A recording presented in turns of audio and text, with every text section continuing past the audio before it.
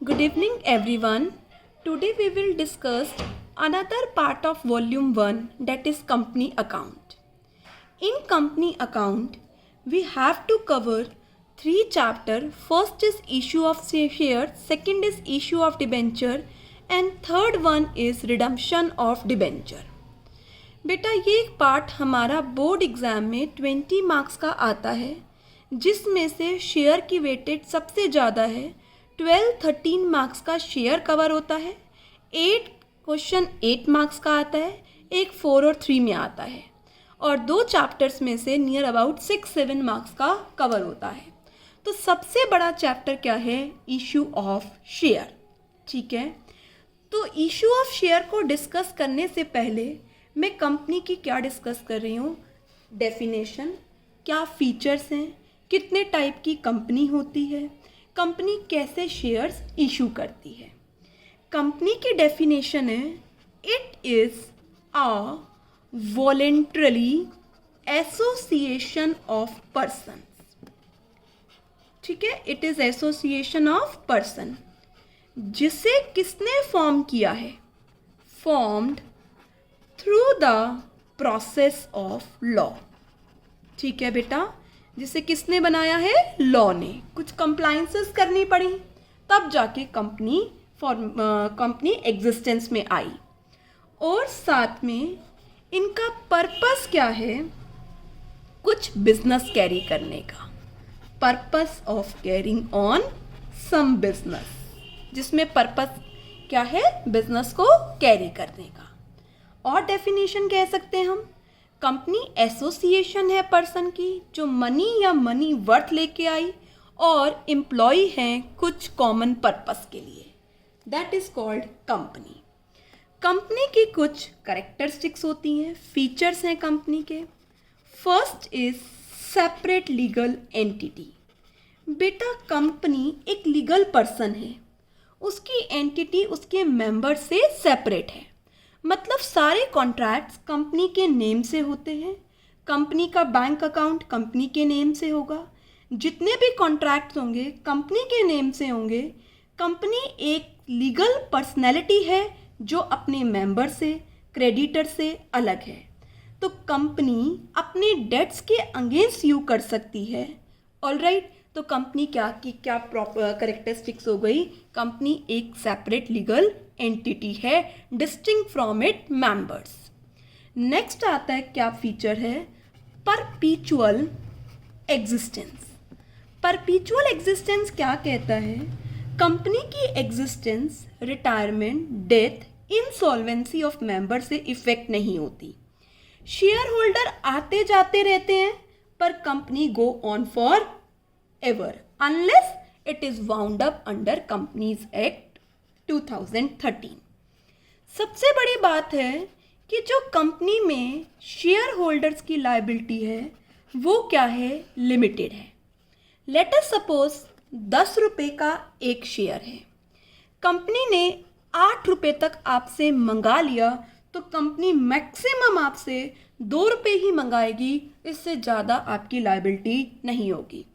आपकी liability fixed है बेटा, जितनी आपकी अनपेड वैल्यू है शेयर की। नेक्स्ट आता है, कंपनी की एक कॉमन सील होती है और सभी डॉक्यूमेंट्स पर ये कॉमन सील लगी होती है।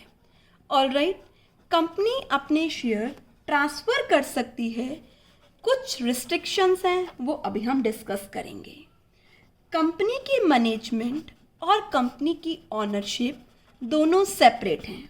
बेटा कंपनी के ऑनर्स कौन होते हैं? Everybody knows, share holders. अब शेयर होल्डर अलग अलग जगह पर हैं, तो सभी शेयर होल्डर्स बिजनेस को मैनेज नहीं कर सकते, तो कंपनी के लिए वो क्या अपॉइंट कर देते हैं? Board of directors. Board of director share holder जो अपॉइंट करते हैं वो कंपनी को मैनेज करती है on the basis of share holders. अब बात आती है, हमारे पास कितने टाइप की कंपनी होती है? Kinds of company. कंपनी को हम जॉइंट स्टॉक कंपनी भी बोल देते हैं, क्योंकि वो कलेक्टिवली मनी कंट्रीब्यूट कर रहे हैं। फर्स्ट आता है अनलिमिटेड कंपनी। अनलिमिटेड कंपनी क्या होती है? अनलिमिटेड कंपनी में कोई लिमिट नहीं होती उसके मेंबर्स की लाइबिलिटी की। कितना भी लॉस हो, कंपनी की प्रॉपर्टी अगर सफिशिएंट नहीं है तो प्राइवेट प्रॉपर्टी यूज़ करी जा सकती है उन क्रेडिटर्स को पे करने के लिए। बट इंडिया में ये कंपनी परमिटेड नहीं है, परमिटेड तो नहीं कह सकती, दिखती नहीं है इंडिया में फाउंड नहीं होती ये कंपनी। हालांकि परमिट करा हुआ है कंपनी एक्ट ने। नेक्स्ट आता है company limited by guarantee. Company limited by guarantee में क्या होता है, लायबिलिटी ऑफ मेंबर लिमिटेड होता है to the extent of guarantee given by him only in the event of winding up company.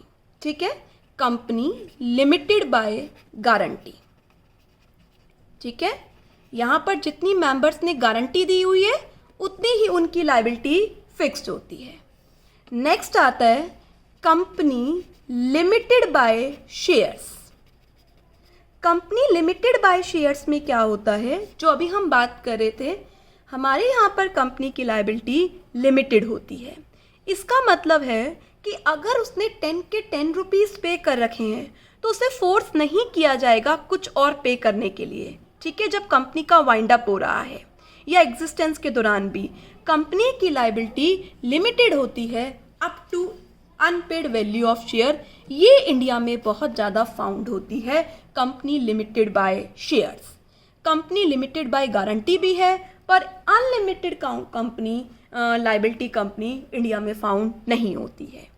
अब सब लोगों ने पढ़ा हुआ है कंपनी दो तरीके की होती हैं, सब पढ़कर आएंगे। One is private company and second one he is मेरे बच्चे public company.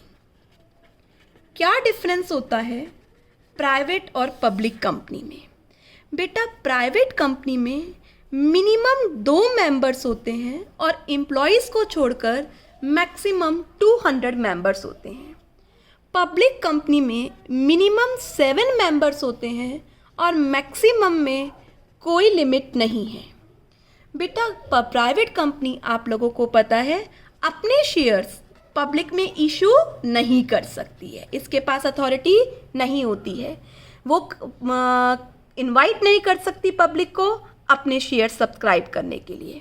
But public company अपने शेयर्स के लिए पब्लिक को इनवाइट करती है। आपने बहुत सारे कंपनीज के देखे आईपीओ निकलते हैं, तो वो कौन सी कंपनी है? पब्लिक कंपनी है। ऐसे ही अभी हमने बात करी थी ना कि कंपनी ट्रांसफ़र कर सकती है शेयर्स पर, कुछ रिस्ट्रिक्शंस हैं। बेटा प्राइवेट कंपनी में रिस्ट्रिक्शन है क्या करने के लिए? शेयर्स को ट्रांसफ़र करने के लिए। बट पब्लिक कंपनी में कोई रिस्ट्रिक्शन नहीं है शेयर्स को ट्रांसफ़र करने के लिए। ठीक है, आप शेयर किसी के नाम भी ट्रांसफ़र कर सकते हैं। बेटा जो प्राइवेट कंपनी है उसे आर्टिकल्स बनाने ज़रूरी हैं, सभी प्राइवेट कंपनी को आर्टिकल्स बनाने होते हैं। बट यहाँ पर पब्लिक कंपनी एक टेबल F होती है उसको भी फॉलो कर सकती है। प्राइवेट कंपनी के केस में एटलीस्ट 2 डायरेक्टर्स होने चाहिए, कम से कम 2 डायरेक्टर्स। और do you remember in case of public company? Absolutely correct, 3 directors होने चाहिए। बच्चे प्राइवेट कंपनी क्या वर्ड यूज़ करती है? Private limited. और पब्लिक कंपनी क्या वर्ड यूज़ करती है? Only word limited. ऑलराइट, तो अब हम बात करते हैं शेयर्स होता क्या है। बेटा late us suppose total capital company की 10 लाख रुपीज़ है। ठीक है, कंपनी को 10 लाख रुपए चाहिए, तो कंपनी ने क्या कर दिया, 1 लाख इसके छोटे छोटे टुकड़े कर दिए और 10 रुपये में दे दिए सबको। तो 1 लाख जो टुकड़े किए उसे हम क्या बोलते हैं? शेयर्स। तो total capital of company is divided into units of small denomination. ठीक है, each such unit is called share. 1 share, 2 share. तो टोटल कैपिटल जो डिवाइड करी है हमने 10 रुपीज़ में, इसमें हर एक पार्ट को हम क्या बोलेंगे? शेयर बोलेंगे। ठीक है, शेयर आप लोग सभी जानते हैं शेयर कितने टाइप्स के होते हैं? Absolutely correct. One is equity share and second one is preference share. तो हम इनके बीच में डिफरेंस याद करते हैं जो आपने कवर कर रखा है। प्रीफरेंस शेयर को डिविडेंड फिक्स रेट से मिलता है, इसके आगे टेल लगी होती है ना, 10% प्रीफरेंस शेयर, तो ये उसका रेट ऑफ डिविडेंड है। इक्विटी शेयर का डिविडेंड का रेट फिक्स्ड नहीं है, ठीक है। अगर इक्विटी शेयर हैं और हम डिविडेंड नहीं दे पाए तो डिविडेंड एक्यूमुलेट नहीं होता है, ठीक है। लेट अस सपोज एक साल हमारे पास प्रॉफिट्स नहीं थे तो उस साल हम डिविडेंड नहीं दे पाए, तो इसका एरियर इसका एरियर एक्यूमुलेट नहीं होता, बट प्रीफरेंस शेयर का एरियर एक्यूमुलेट हो जाता है। ऑलराइट, इक्विटी शेयर को डिविडेंड बाद में मिलता है, पहले किसका राइट है? प्रीफरेंस शेयर का। प्रीफरेंस का नाम ही यही है जिसकी प्रेफरेंस हो, इसका फर्स्ट राइट नहीं है। फर्स्ट राइट किसका है बच्चे? प्रीफरेंस शेयर का। ऑलराइट, तो यहाँ पर मैं एक मिनट उल्टा लिख दिया हमने, इसका डिविडेंड एक्यूमुलेट नहीं होता, प्रीफरेंस शेयर का डिविडेंड एक्यूमुलेट होता है। इसको राइट है डिविडेंड पहले मिलने की, इसको बाद में मिलता है, ठीक है। अगर कैपिटल की भी रीपेमेंट होती है वाइंडिंग अप पर तो सबसे पहले प्रीफरेंस को मिलता है, इक्विटी की कैपिटल सबसे बाद में मिलती है। प्रीफरेंस के पास कोई वोटिंग राइट नहीं होता, इसके पास वोटिंग राइट नहीं है, ठीक है। बट इक्विटी शेयर होल्डर के पास वोटिंग राइट होता है, ये बिजनेस में पार्टिसिपेट कर सकते हैं डिसीजन मेकिंग में, ठीक है। तो मैं यहाँ पर लिख रही हूँ वोटिंग राइट भी है, नहीं है इसके पास है, और ये अलग लिख रही हूँ पॉइंट, ये पार्टिसिपेट नहीं कर सकते हैं कंडक्ट ऑफ बिजनेस में, ये पार्टिसिपेट कर सकते हैं मैनेजमेंट के डिसीजंस में। अब आप लोगों ने पढ़ा हुआ है कि प्रीफरेंस शेयर कितने टाइप के होते हैं, ठीक है। Types of preference share. Equity का बेटा कोई टाइप नहीं होता। प्रीफरेंस शेयर का पहला टाइप होता है क्यूमुलेटिव प्रीफरेंस शेयर। ये वो शेयर्स होते हैं बच्चे, प्रीफरेंस का वो पार्ट है जिनका डिविडेंड का एरियर एक्यूमुलेट होता रहता है। बेटा एक साल प्रॉफिट नहीं है तो अगले साल जब प्रॉफिट होंगे तो दोनों सालों का मिला कर देंगे। बट कुछ के आगे नॉन क्यूमुलेटिव प्रीफरेंस शेयर लिखा होता है, जिस साल प्रॉफिट नहीं है उस साल आपको कुछ नहीं मिलेगा, नेक्स्ट ईयर प्रॉफिट होंगे तो उस साल मिल जाएगा, उसके अगले साल प्रॉफिट नहीं है फिर कुछ नहीं मिलेगा। इनका डिविडेंड क्यूमुलेट नहीं होता है। नेक्स्ट आता है participating preference share. Participating preference share क्या होते हैं? जो कंपनी के सरप्लस प्रॉफिट में पार्टिसिपेट कर सकते हैं। ऑलराइट, तो यहाँ पर लिखा होता है कि ये पार्टिसिपेटिंग है या नहीं, नहीं तो इनको फिक्स रेट से डिविडेंड मिलता रहता है, ये कंपनी के प्रॉफिट्स में पार्टिसिपेट नहीं करते। अगर इनके साथ वर्ड क्या लिखा होगा? Non participating preference share. Alright, next आता है redeemable preference share. Redeemable preference share क्या होता है? जिसे एक स्टिपुलेटेड पीरियड में, जब इशू किया था ना तभी बता दिया था कितने पीरियड में इसे रिडीम करना है, ठीक है, दैट इज रिडीमेबल। इरिडीमेबल होते हैं जो कंपनी की लाइफ टाइम में रिडीम नहीं हो रहे हैं, वाइंडिंग अप पर रिडीम होते हैं। बट यहाँ पर एक बात याद रखनी है, अब इरिडीमेबल प्रीफरेंस शेयर इशू ही नहीं होते हैं, होते भी हैं तो 20 ईयर्स तक उनका रिडम्पशन आपको करना होता है। 20 ईयर्स से ज़्यादा आप उनका रिडम्पशन का पीरियड बढ़ा नहीं सकते हैं। ऑलराइट, नेक्स्ट आता है कन्वर्टिबल प्रीफरेंस शेयर। बेटा जो प्रीफरेंस शेयर होल्डर हैं उनको राइट दिया जाता है, आप इक्विटी शेयर में कन्वर्ट कर लो, ये आपको ऑप्शन टर्म्स ऑफ इशू में ही दिया जाता है, तो राइट है तो कन्वर्टिबल, और अगर राइट नहीं है बच्चे कन्वर्ट कराने का तो क्या है वो? Non convertible preference share. तो these are certain types of preference share, equity का कोई टाइप नहीं है। ऑलराइट, अब हम थोड़ा सा शेयर्स की तरफ बढ़ते हैं। कंपनी की हमने बहुत बातें कर ली, अब हम शेयर कैपिटल पर आते हैं। शेयर कैपिटल, बेटा इस चैप्टर में काफ़ी सारे सेक्शन हैं, पर जो सेक्शन मैं आपको बताऊंगी वही आपको लर्न करने हैं। शेयर कैपिटल मीन्स है कि जो कैपिटल कंपनी रेज कर रही है, कंपनी को पैसा चाहिए ना, कहाँ से लाएगी? वो शेयर्स इशू कर कर। जो कैपिटल कंपनी रेज कर रही है, कैसे? शेयर्स को इशू कर कर, वो क्या कहलाती है? Share capital. Alright, share capital different types की होती है, जो आपने 11th में पढ़ा है, बट थोड़ा सा और डिटेल में पढ़ते हैं। One is authorise. अथोराइज को हम रजिस्टर्ड भी बोल देते हैं, या हम क्या बोलते हैं? Nominal capital.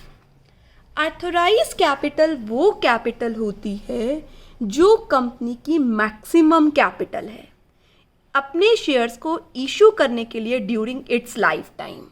और कहाँ लिखी होती है ये कैपिटल? मेमोरेंडम ऑफ एसोसिएशन में।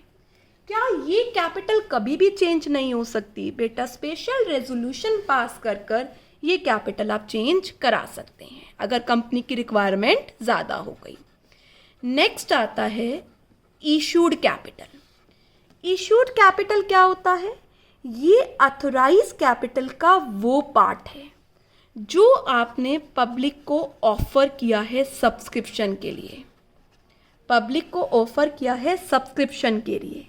ऑलराइट, जो नहीं किया है अथोराइज कैपिटल का part, let us suppose 10,000 shares at the rate of 10 each authorise capital है। इसमें से 5,000 शेयर्स ही अभी मार्केट में इशू किए हैं पब्लिक को, तो वो क्या है? इशूड। जो बच गए 5,000 शेयर, वो क्या रह गए बच्चे? Unissued capital. उसे क्या बोलते हैं? Unissued capital. नेक्स्ट आता है सब्सक्राइब्ड कैपिटल। क्या होता है सब्सक्राइब कैपिटल का? इशूड कैपिटल का वो पार्ट जो सब्सक्राइब किया है पब्लिक में। अभी आपने क्या किया था? 5,000 शेयर इशू करे थे, उसमें से पब्लिक ने सिर्फ 2,000 शेयर्स ही लिए हैं, तो subscribed by public is called subscribe capital. ठीक है, अब सब्सक्राइब्ड कैपिटल के यहाँ पर दो पार्ट हैं। पहला पार्ट क्या है? Subscribed and fully paid up. Alright, दूसरा पार्ट क्या है? Subscribed but not fully paid up. क्या डिफरेंस है दोनों में? अगर पूरा फेस वैल्यू शेयर का कंपनी ने कॉल्ड कर लिया है और पब्लिक ने, मतलब शेयर होल्डर ने पे कर दिया है, लेट अस सपोज 10 रुपये का एक शेयर था, 10 के 10 रुपये कंपनी ने क्या कर लिए हैं? कॉल कर लिए हैं, एज वेल एज पब्लिक ने पे भी कर दिया है, तो वो किसके अंदर आता है? Subscribed and fully paid. ठीक है, subscribed but not fully paid में दो बातें आती हैं। कंपनी ने तो फुल अमाउंट कॉल्ड कर लिया है, पर शेयर होल्डर ने फुल अमाउंट पे नहीं किया है, तो उसे क्या कहते हैं? Subscribed but not fully paid. दूसरा क्या हो सकता है? बेटा कंपनी ने ही कॉल्ड अप नहीं किया है, तो पब्लिक कैसे देगी? तो वो भी किसके अंदर आता है? Subscribe but not fully paid. Subscribed and fully paid, company ने 10 के 10 रुपये मांग लिए, आपने भी 10 के 10 रुपये दे दिए। Subscribed and fully paid. Company ने 10 रुपये मांगे हैं, अभी आपने 7 रुपये दिए हैं, subscribe but not fully paid. Company ने मांगे ही 7 रुपये हैं, it's also subscribe but not fully paid. Authorise total capital. Issued वो पार्ट जो पब्लिक को ऑफर किया है, जो पार्ट पब्लिक ने लिया है, सब्सक्राइब्ड। नेक्स्ट आता है called up capital. Called up capital क्या? सब्सक्राइब्ड का वो पार्ट जो कंपनी के डायरेक्टर्स ने कॉल किया है, किससे? शेयर होल्डर से, उसे क्या कहते हैं? Called up. All right. Late us suppose 100 रुपये का एक शेयर था, अभी 60 रुपये ही मंगाए हैं, तो उसे 60 रुपये क्या है, कॉल्ड अप है। 60 रुपये में से शेयर होल्डर ने अभी 50 रुपये ही पे करे हैं, तो वो क्या कहलाएगा, paid up capital. All right. Maximum capital authorised, authorise का वो पार्ट जो पब्लिक में इश्यू हुआ है, इशूड। इशू का वो पार्ट जो पब्लिक ने सब्सक्राइब किया है, सब्सक्राइब। सब्सक्राइब का वो पार्ट जो कंपनी ने कॉल किया है, कॉल्ड अप। कॉल्ड अप का वो पार्ट जो कंपनी ने पे किया है, वो क्या है, पेड अप कैपिटल। बाकी हम क्वेश्चंस में इसको और अच्छे से समझेंगे कि कौन सा पार्ट कॉल्ड है, कौन सा पार्ट पेड है, कौन सा part subscribed and not fully paid up है। ठीक है, तो यहाँ पर आपको पहचान हो गई होगी किस चीज़ की बच्चे, शेयर कैपिटल की। ऑल राइट, मैं आपको बता देती हूँ शेयर कैपिटल बैलेंस शीट में कहाँ दिखाया जाता है। हालांकि अभी हम बैलेंस शीट का फॉर्मेट नहीं पढ़ रहे हैं, वो हम सब्सिक्वेंट लेक्चर्स में पढ़ेंगे। बेटा लाइबिलिटीज़ में इक्विटी एंड लाइबिलिटीज़ आता है कंपनी का फर्स्ट हेड, जिसमें सबसे पहले आता है शेयर होल्डर फंड्स। अभी आप यहाँ देख लीजिए, बट डिटेल में आपको थोड़ी देर बाद में समझ आएगा सब्सिक्वेंट लेक्चर्स में। उसमें दिखाते हैं आप शेयर कैपिटल, जो अभी हमने दिखाया ना, ये शेयर कैपिटल, ये आप अथोराइज, कॉल्ड, पेड अप सब चीज़ नोट्स टू अकाउंट्स में दिखाते हैं। 1 नंबर मैंने इसका नोट नंबर डाल दिया। यहाँ पर करंट ईयर की फिगर आती है, इसके कॉरस्पॉन्डिंग प्रीवियस ईयर की फिगर आती है। इसके नीचे रिजर्व्स एंड सरप्लस आता है। तो share capital share holder funds में एक ही नाम से आ रहा है, देख लो, और कोई नाम नहीं है। और नोट नंबर क्या है, 1 नोट नंबर में आएगा कितना अथोराइज है, कितना इशूड है, कितना सब्सक्राइब्ड है, कितना कॉल्ड अप है एंड कितना पेड अप है। बेटा मैं आपको 2 डेफिनेशन में डिफरेंस बताना चाहती हूँ। एक वर्ड होता है रिजर्व कैपिटल, और थोड़ा सा थ्योरी है बेटा, थोड़ा सा तो आपको ये पढ़ना पड़ेगा अभी प्रैक्टिकल शुरू करने से पहले, तो हो सकता है ये लेक्चर थोड़ा बोरिंग हो। Reserve capital and capital reserve. क्या होता है बच्चे रिजर्व कैपिटल? आपको नहीं पता, आपने कभी सुना ही नहीं है, बट आपने कैपिटल रिजर्व तो सुना है ना। यस मैम, जो कैपिटल प्रॉफिट से बनाया जाता है रिजर्व, उसे बोलते हैं कैपिटल रिजर्व। जैसे असेट्स का रीवैल्यूएशन हो रहा है, उसका प्रॉफिट कैपिटल रिजर्व बन जाता है। प्रीमियम पर शेयर डिबेंचर्स इशू हो रहे हैं, तो वो क्या बन जाता है, कैपिटल रिजर्व बन जाता है। बट रिजर्व कैपिटल आपके लिए नया है, आराम से सुनिए बेटा। ये नॉमिनल कैपिटल का वो पार्ट है जो कंपनी कॉल्ड अप नहीं कर रही है, और कब कॉल करेगी, जब कंपनी का वाइंडिंग अप होगा। It refers to that increase part of nominal capital which shall not be called up except in case of winding up. कुछ उसने अभी कैपिटल का पार्ट रिजर्व कर लिया है कि मैं ये 2 रुपये अभी मंगाऊंगा ही नहीं। कब मंगाऊंगा, जब कंपनी की क्या होगी, वाइंड अप होगा कंपनी। ऑल राइट, ये कहाँ से बनता है, कैपिटल प्रॉफिट में से। बेटा इसको बनाने के लिए पहले एक रेजोल्यूशन पास किया जाता है शेयर होल्डर्स की मीटिंग में, उसके बाद ही आप रिजर्व कैपिटल बना सकते हैं बेटा। बट कैपिटल रिजर्व से ही आप कैपिटल प्रॉफिट बना लीजिए, यहाँ पर कोई रेजोल्यूशन पास करने की जरूरत नहीं है। इसे बनाना कोई नेसेसिटी नहीं है, बट कैपिटल रिजर्व बनाना ही पड़ेगा अगर कैपिटल प्रॉफिट है, तो ये बनेगा ही बनेगा। ऑल राइट, इसको बैलेंस शीट में डिस्क्लोज नहीं किया जाता है, फुट नोट में दिखा देते हैं। बट आपने कैपिटल रिजर्व तो देखा ही है, बैलेंस शीट के रिजर्व एंड सरप्लस में आएगा। ऑल राइट, ये कैपिटल लॉसेस को राइट ऑफ करने में काम आ जाएगा कंपनी की लाइफ टाइम में, बट ये कंपनी के वाइंड अप पे ही आप यूज़ कर सकते हो। ठीक है बेटा, हम शेयर्स को 3 वेज में इशू कर सकते हैं। Private placement of shares, private placement of shares, public placement of shares and consideration other than cash, consideration other than cash. मैं आपको थोड़ा थोड़ा मीनिंग समझाती हूँ। प्राइवेट प्लेसमेंट का मतलब क्या है? कई बार जो पब्लिक कंपनी के प्रमोटर्स होते हैं वो कुछ प्राइवेट सोर्सेस और कॉन्टैक्ट्स के थ्रू ही कैपिटल रेज कर देते हैं। ऐसे केस में पब्लिक को इनवाइट नहीं किया जाता, बट प्राइवेट प्लेसमेंट में अपने फ्रेंड्स में, रिलेटिव में, ग्रुप कंपनी के शेयर होल्डर में ही वो शेयर बांट देते हैं। कंपनी का आईपीओ बाहर नहीं निकलता है, ठीक है। यहाँ पर एक वर्ड और आता है क्या? Sweat equity shares. Alright, sweat equity shares का मतलब है जहाँ पर कंपनी अपने एम्प्लॉयज़ या डायरेक्टर्स को शेयर्स इशू करती है डिस्काउंट पर या कंसीडरेशन अदर देन कैश में, तो बच्चे वो स्वेट इक्विटी शेयर होते हैं। प्राइवेट प्लेसमेंट का मतलब क्या है?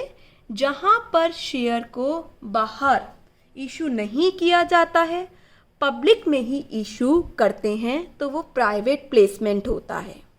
बट इसमें एक बात होती है, प्राइवेट प्लेसमेंट के केस में जो अलॉटीज होते हैं, जिन्हें शेयर दिया जाता है, वो सेल नहीं कर सकते 3 इयर्स के लिए अपने शेयर को।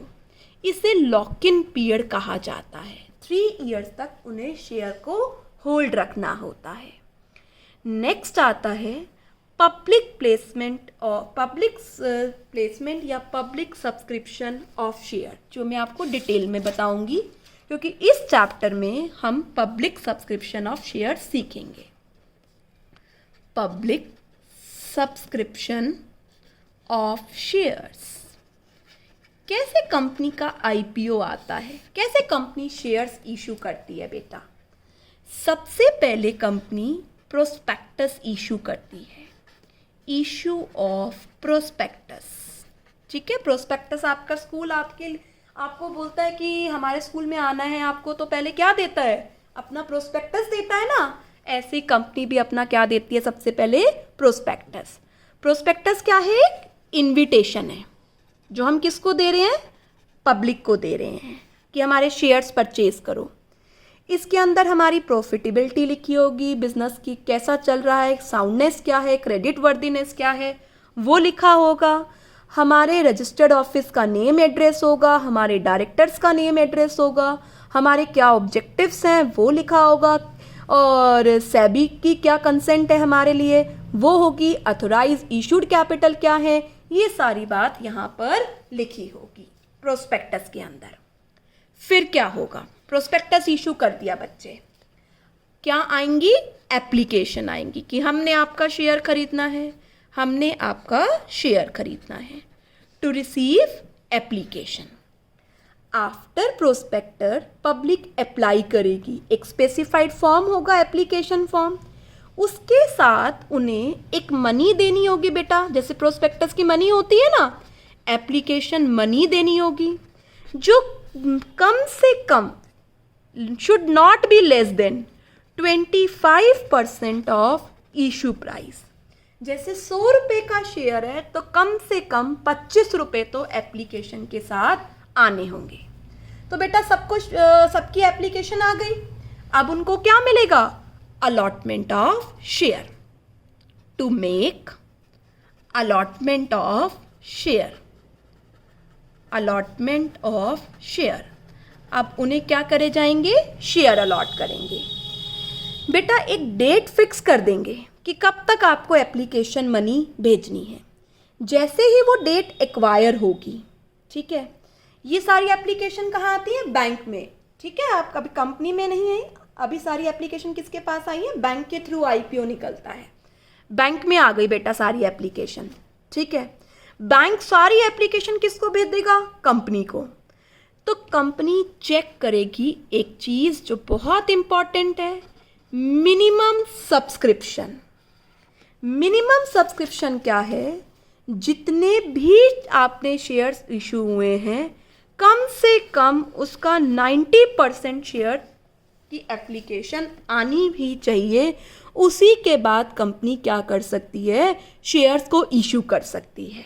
ऑलराइट, अगर इतनी एप्लीकेशन मनी नहीं आई तो 15 दिन के अंदर अंदर जिनकी एप्लीकेशन आई है उनका पैसा रिफंड करना पड़ेगा। और रिफंड नहीं करती है तो जितना भी डिलेड पीरियड है उस पर 15% पर एनम के अकॉर्डिंग कंपनी को शेयर होल्डर तो नहीं कह सकती, पब्लिक को क्या करना होगा बच्चे, इंटरेस्ट देना होगा। ऑलराइट, तो सबसे पहले एप्लीकेशन मनी बैंक में आ गई। वो बैंक ने किसको भेज दिया, कंपनी को भेज दिया। कंपनी ने चेक किया क्या वो सब्सक्रिप्शन मिनिमम सब्सक्रिप्शन है या नहीं। सेबी की गाइडलाइंस के अकॉर्डिंग 90% ऑफ इशूड अमाउंट की सब्सक्रिप्शन आनी चाहिए। अच्छा, कितने दिनों में आनी चाहिए, एप्लीकेशन के 30 डेज के अंदर। अगर नहीं आती तो आपको 15 डेज के बाद, नेक्स्ट 15 डेज में ये पैसा रिफंड करना पड़ेगा 15% ब्याज के साथ।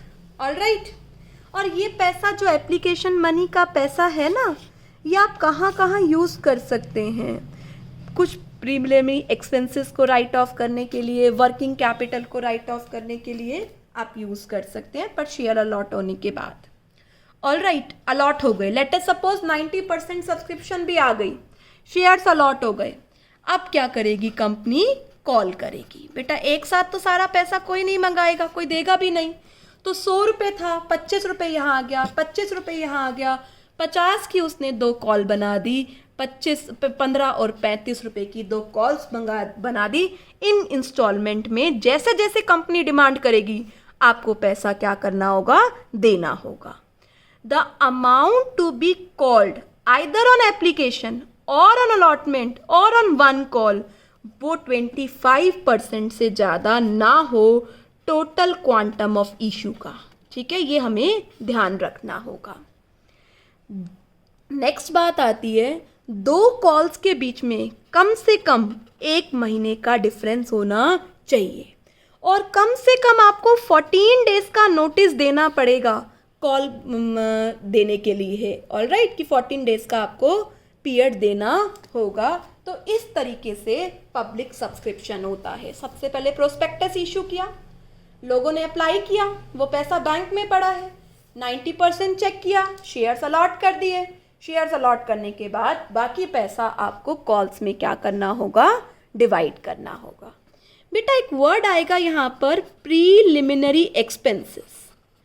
प्रीलिमिनरी एक्सपेंसेस क्या होते हैं, जो कंपनी के फॉर्मेशन पर एक्सपेंसेस होते हैं ना, हम उसको प्रीलिमिनरी बोलते हैं। जैसे आपने डॉक्यूमेंट्स प्रिंट कराए हैं, ठीक है, कोई स्टैम्प ड्यूटी रजिस्ट्रेशन फ़ी दी है, कोई आपने प्रीलिमिनरी बुक्स प्रिंट कराई हैं, ठीक है, तो कोई आपने अकाउंटेंट अपॉइंट किया है। ठीक है बच्चे, तो ये सारे किसके अंदर आते हैं, प्रीलिमिनरी। तो एक हो गया प्राइवेट प्लेसमेंट, एक हो गया पब्लिक, एक हो गया consideration other than cash. Late us suppose मैंने आपसे बिल्डिंग खरीदी है, तो मैंने आपको बिल्डिंग के बदले कैश नहीं दिया, अपने शेयर्स दे दिए हैं, तो उसे क्या बोलते हैं, कंसीडरेशन अदर देन कैश। इसका ये हमें इसका कोई प्रोसीजर नहीं करना है, इसका प्रोसीजर करना है, फिर हम इस पर आएंगे। तो सब्सिक्वेंट वीडियोस में मैं आपको सिखाऊंगी कि किस तरीके से आपको शेयर इशू की एंट्रीज करनी है।